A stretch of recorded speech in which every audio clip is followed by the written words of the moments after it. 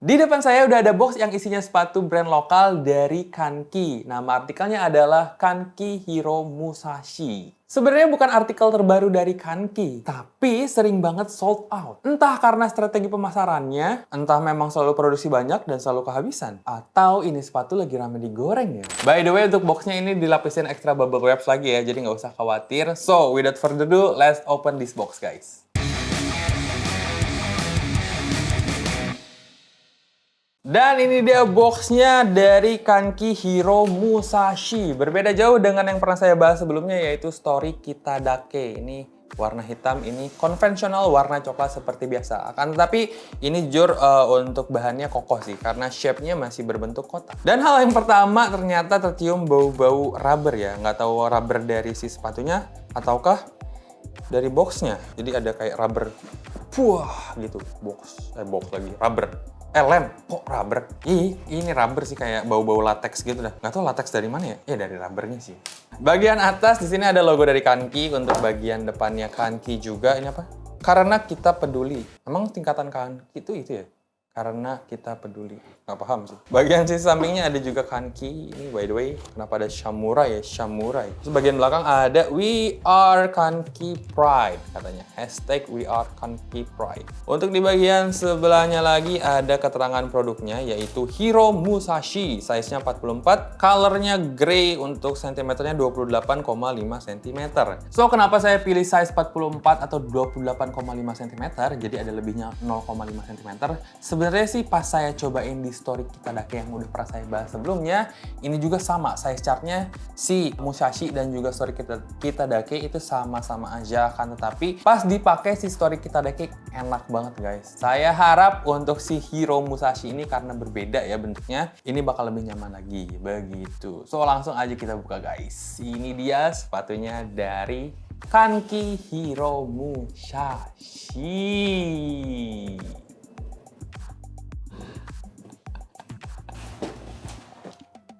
Pertama-tama yang pengen saya bahas banget dari si sepatu ini adalah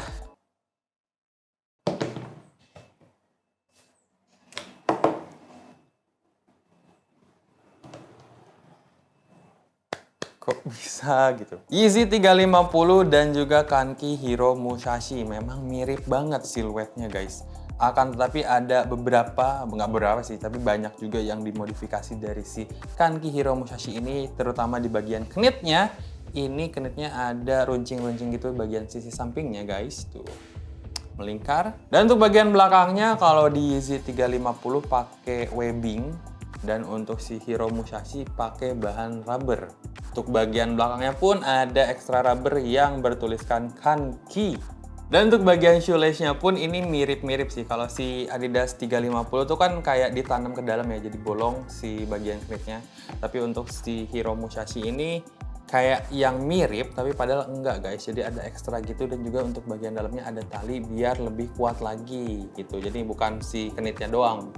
Dan untuk bagian midsole-nya pun ini mirip-mirip banget karena kayak meber gitu, kayak bulky. Akan tapi untuk salurnya ini berbeda bagian belakangnya. Untuk bagian depannya sama kayak lurus-lurus gitu guys. Tapi jujur untuk si Kanki ini keren banget. Keren Kanki. By the way, kalau kalian nanya ini beli di mana, ini ori atau enggak, ini saya belinya di Live second gitu dah pokoknya. Harganya 250 ribuan, jadi nggak tahu, saya nggak mau bilang ini ori atau KW. Ya bilang aja KW kali ya. Ya nggak sih. Gimana kalian aja deh. Saya nggak mau ngejudge ini KW atau ori gitu. Kita fokus ke Hiro Musashi aja guys. Jujur untuk Kanki ya, menurut saya pribadi, untuk si story Kitadake, si Hiro Musashi, mungkin artikel-artikel yang lain tuh nggak fotogenik banget guys. Jujur pas lihat di foto tuh kayak, apa sih gitu, kayak aneh gitu ya. Tapi pas foto-foto yang dipakai tuh bagus, dan pas dilihat langsung bagus gitu. Kenapa ya foto katalognya tuh agak kurang gitu, menurut saya pribadi sih ya, begitu guys. Dan untuk bahan uppernya kita bahas nih. Untuk bahan uppernya ini menggunakan knit by Kanki. Untuk knitnya sendiri ini cukup tebal, dan karakter dari si knitnya ini fleksibel guys. Untuk teksturnya standar knit kasar. Di bagian toe cap kalian bisa lihat ada bolong-bolong yang cukup besar. Ini bukan hiasan, berguna juga buat sirkulasi udara. Untuk bagian lingkar kakinya ini menggunakan salur knit yang berbeda lagi. Mungkin menyesuaikan dengan fungsinya. Walaupun sebenarnya saya agak kurang suka dengan bentuk salur seperti ini di bagian lingkar kaki. Kenapa ya ada kayak gini ya? Lanjut ke bagian talinya, ini udah menggunakan tali yang bulat dan untuk warnanya sendiri menyesuaikan dengan warna dari uppernya guys. Lalu di bagian atas dan juga belakang di sini ada bahan webbing. Untuk bagian atas ini ada sablon logo dari Kanki. Ini fungsinya sebagai pull tab guys. Jadi sebenarnya ini sepatunya bisa slip on, nggak pakai tali juga nggak masalah, tapi pakai tali biar lebih oke lagi sih kelihatannya seperti itu guys. Kita beranjak ke bagian dalamnya nih. Ada ini nih, saddle dari Kanki. Penting nggak penting sih sebenarnya, tapi saya suka karena biasanya ada di sepatu-sepatu mahal doang. Sepatu murah kan biasanya pakai kertas sumpelan tuh. Ini pakai kayak gini guys. Keren. Dari Kanki. Ada logo Kankinya juga walaupun dicap doang. Dan untuk bagian liningnya ternyata ada tambahan busa dan juga mesh di bagian belakang doang. Ini jujur keren banget, ternyata ada busa yang empuk dan juga lining yang lembut. Tapi untuk sisanya ke dalam sini nggak ada lagi guys. Jadi bagian knitnya doang langsung nyentuh ke kaki kalian. Untuk keterangan dari sepatunya terdapat di bagian samping. Menunjukkan size-nya 44, US-nya 10,5, cm-nya 28,5 cm.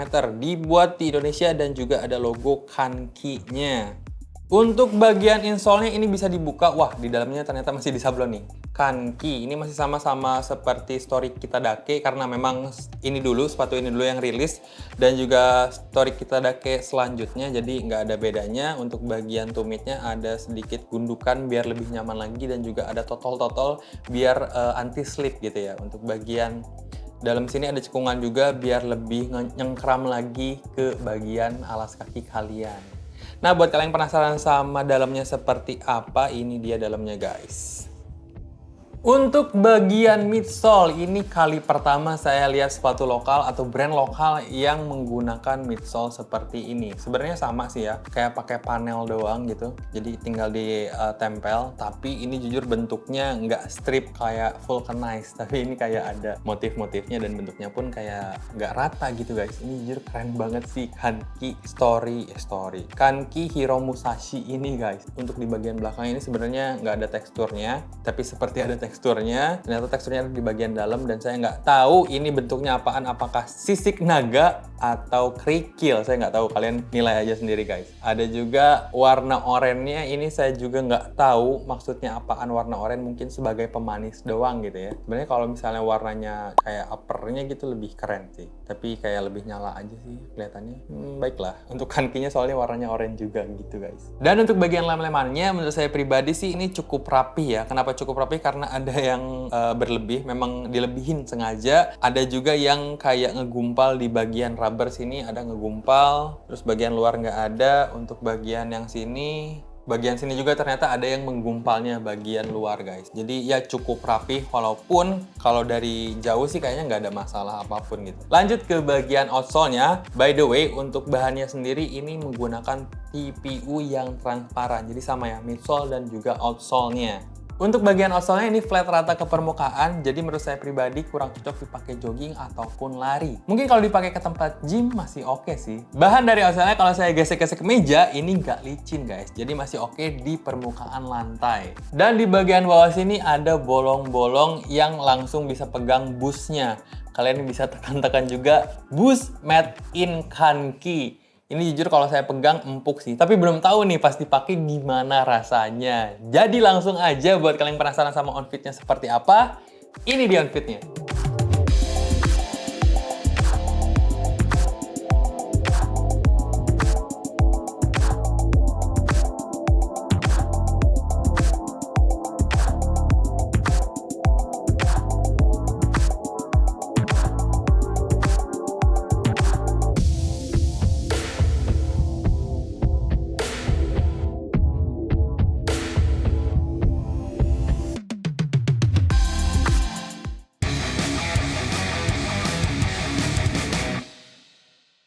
Dan itu dia fitnya. Gimana menurut kalian guys? Untuk saya sendiri jujur untuk looks-nya dan ketika digunakan ini mirip banget sama Yeezy 350 tapi versi lokalnya. Dan untuk si bahan dari knitnya di size 44 ternyata memang bener oke banget, ngepas. Nggak ngepas sih tapi agak sedikit berlebih karena ada kaos kaki juga ntar, jadi masih oke menurut saya pribadi. Kalau misalnya pakai 43 mungkin bakal ngepres banget dan ketika digunakan lama-lama bakal sakit di kaki. Tapi kalau pakai size 44 yang true to size, ini bakal lebih nyaman lagi sih. Jadi saya bakal menyarankan untuk memilih true to size. Untuk si bagian busnya, menurut saya pribadi sih nggak oke-oke banget ya, nggak terlalu empuk-empuk amat. Dan jujur masih oke sih story Kitadake daripada si story Musashi ini, Hiro Musashi. Tapi kalau kalian suka sepatu-sepatu yang lebar, ya Hiro Musashi jawabannya. Kalau kalian pengen anak-anak gunung yang menerja coffee shop, story Kitadake gitu ya. Dan untuk bagian heelnya, di sini kan saya pertama nggak tahu fungsinya apaan si rubber ini. Ternyata untuk mempertahankan shape dari si sepatu. Jadi kalau misalnya nggak ada ini mungkin pas digunakan tuh bakal meber. Tapi kalau pakai si rubber ini jadi kelihatannya lancip dan bagus aja bentuknya guys. Dan si pull tabnya ini berfungsi banget.